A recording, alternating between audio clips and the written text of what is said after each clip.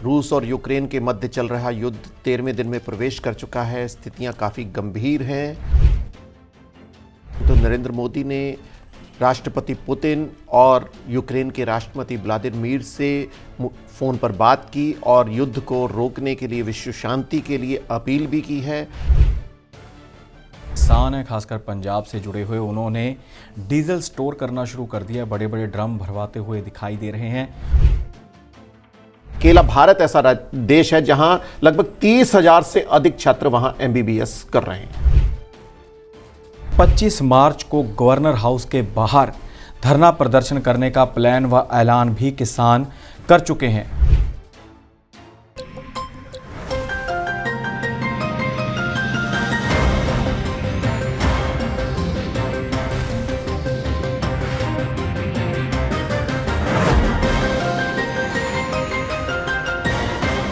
नमस्कार, D5 channel Hindi का खास कार्यक्रम खुलासा न्यूज़ का देख रहे सभी दर्शकों का मैं धर्मेंद्र संधू स्वागत करता हूं। इस कार्यक्रम में हम विभिन्न मुद्दों के ऊपर बातचीत करते हैं। मुद्दे चाहे राजनीति से जुड़े हों, धार्मिक हो या फिर सामाजिक मुद्दे हों, हर वर्ग की बात की जाती है। हर वर्ग को हम इस कार्यक्रम में साथ लेकर चलते हैं। कार्यक्रम का हिस्सा बनते हैं हमारे साथ सीनियर पत्रकार प्रदीप शाही जी। शाही जी आज भी हमारे साथ मौजूद हैं। सबसे पहले उनका स्वागत करते हैं। शाही जी, स्वागत है आपका। नमस्कार। शाही, यूक्रेन में युद्ध चल रहा है, रूस ने हमला किया है, काफ़ी नुकसान भी हो चुका है। ताज़ा हालात कैसे हैं, कहां तक बातचीत पहुंची है, आपसे जानना चाहेंगे। जी संधू साहब, बिल्कुल सही। रूस और यूक्रेन के मध्य चल रहा युद्ध 13वें दिन में प्रवेश कर चुका है। स्थितियां काफ़ी गंभीर हैं। अगर भारत के प्रधानमंत्री की बात करें तो नरेंद्र मोदी ने राष्ट्रपति पुतिन और यूक्रेन के राष्ट्रपति व्लादिमीर से फ़ोन पर बात की और युद्ध को रोकने के लिए, विश्व शांति के लिए अपील भी की है। तो अभी तो स्थितियां वैसे ही तनावपूर्ण बनी हुई हैं। अगर हम पिछले 12 दिनों की बात करें तो क्रूड ऑयल 44% महंगा हो चुका है जी, जिससे 15 रुपये से 20 रुपये पेट्रोल या अन्य ईंधन बढ़ने की उम्मीद काफ़ी गहरा चुकी है।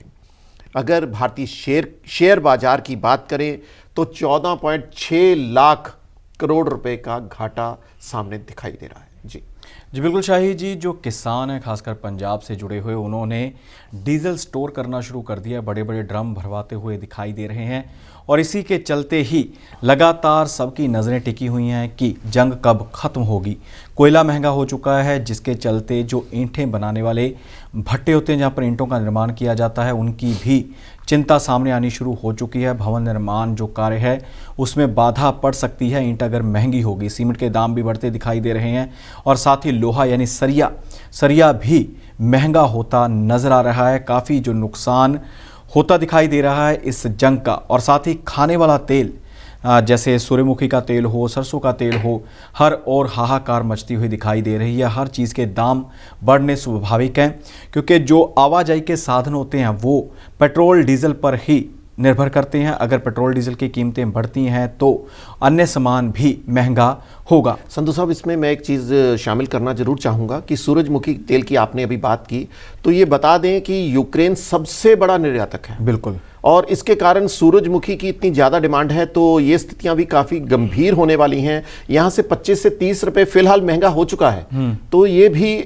आम आदमी की रसोई के बजट को भी काफ़ी हिलाने में चिंता का विषय बन रहा है। एक और बात आपको साझा करने चाह रहा हूँ मैं, वो ये कि प्राइवेट मेडिकल कॉलेजों की जी आधी सीटें अब सरकारी नियंत्रण में रहेंगी और उनकी फीस आधी सरकारी कॉलेजों के बराबर मानी जा रही है।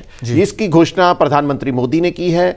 आपको ये भी एक चीज़ बतानी होगी क्योंकि यूनिवर्सिटी, अगर यूक्रेन की बात करें तो वहाँ की 20 यूनिवर्सिटियाँ हैं जहाँ पर MBBS की पढ़ाई करने का प्रावधान है जी। और भारत के लगभग, अकेला भारत ऐसा देश है जहाँ लगभग 30,000 से अधिक छात्र वहाँ MBBS कर रहे हैं। जी बिल्कुल शाही जी, वहीं पे बात की जाए अगली खबर की तो हरियाणा से जुड़ी हुई खबर है। हरियाणा का आज बजट प्रस्तुत होने जा रहा है। बजट पेश करेंगे आज हरियाणा के वित्त मंत्री। क्या लगता है क्या होगा इसमें खास?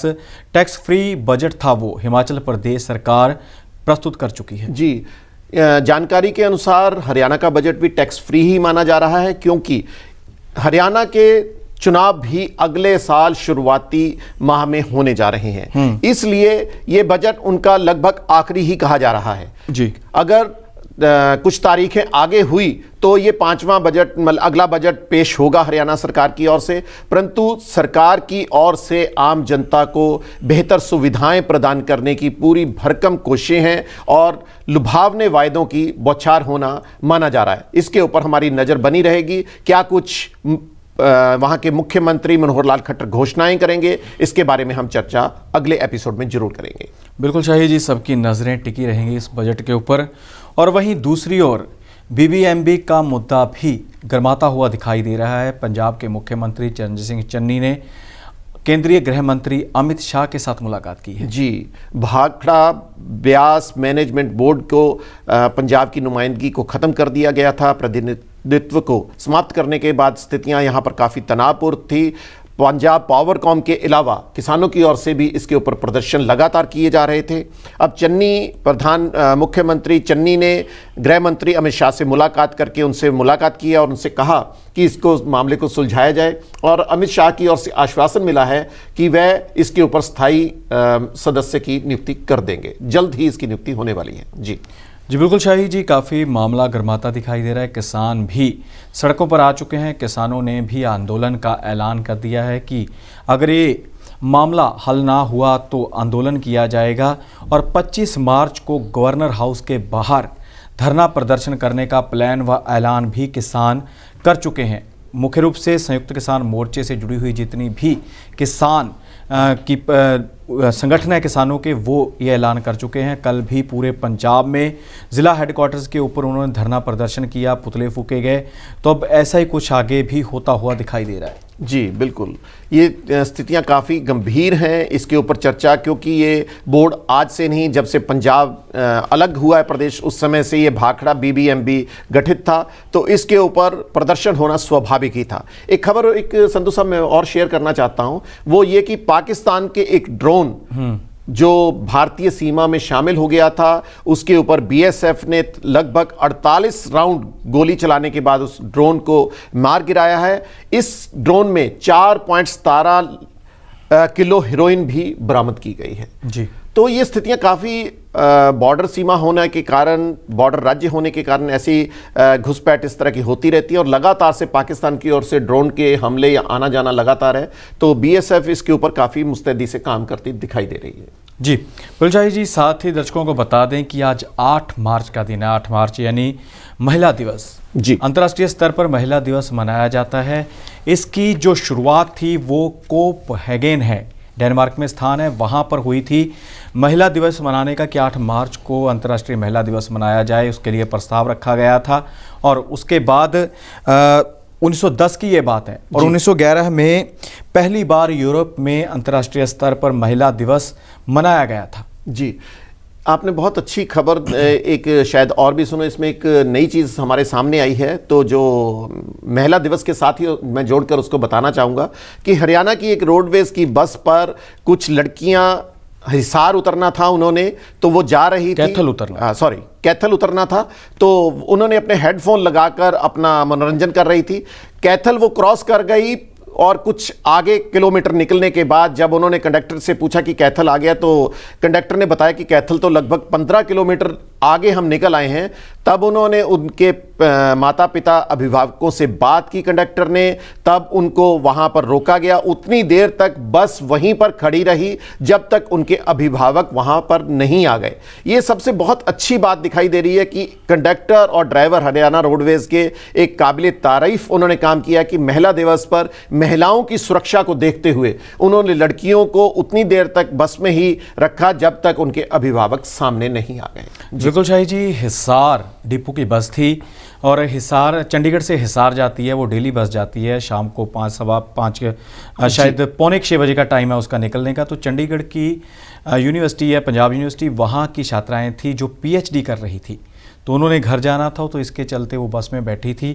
तो इसकी काफ़ी सराहना हो रही है। विकास यादव है कंडक्टर उस बस का, और रविंद्र पाल सिंह ड्राइवर था, जिन्होंने यह सराहनीय काम किया है। वुमेन दिवस से एक दिन पहले ही उन्होंने इस प्रकार से अपनी बेटियों को सुरक्षित किया है। वहीं पर हिमाचल प्रदेश की बात की जाए तो हिमाचल प्रदेश में आज 108 मोटरसाइकिल लोगों को समर्पित किए जाएंगे, लोकार्पण किया जाएगा, जो पूरी तरह से मुस्तैद रहेंगे सड़कों के ऊपर कि किसी भी प्रकार की लड़कियों के साथ कोई ऐसी घटना ना हो, अप्रिय घटना ना हो, उनके साथ छेड़छाड़ ना हो। तो आज हमीरपुर से शुरुआत होने जा रही है। मीरा चानू है जो भारोत्तोलक है, वो भी पहुंच रही हैं। रानी रामपाल हैं, इंडियन हॉकी टीम की कैप्टन है महिला की जी, तो वो भी पहुंच रही हैं। तो आज आगाज़ हो रहा है। अनुराग ठाकुर भी पहुंच रहे हैं वहां पर। हमीरपुर से आज आगाज़ हो जाएगा। जी, महिला दिवस पर सभी हमारे दर्शकों का अभिनंदन, उनका स्वागत। एक खबर, एक और विशेष संधू साहब चर्चा का विषय बन रहा है कि 1 अप्रैल से जी, यानी कि अब फाइनेंशियल ईयर 2021-22 समाप्त होने को है और 1 अप्रैल से थर्ड पार्टी वाहनों के इंश्योरेंस की जो कीमत है उसमें वृद्धि हो रही है। जो लोग थर्ड पार्टी का इंश्योरेंस करवाते हैं उनके लिए ये बुरी खबर हो सकती है, परंतु एक अच्छी खबर ये भी है कि अभी 20-25 दिन पड़े हैं तो आप अपना इंश्योरेंस जल्द करवा सकते हैं। जी बिल्कुल शाही जी, आप कार्यक्रम का हिस्सा बने, विभिन्न मुद्दों के ऊपर बातचीत की, आपका बहुत बहुत धन्यवाद है। जी, नमस्कार। सो दर्शकों, खुलासा न्यूज़ का में फिलहाल इतना ही। नई खबरें लेकर कल फिर हाजिर होंगे। फिलहाल इजाज़त दीजिए। धन्यवाद।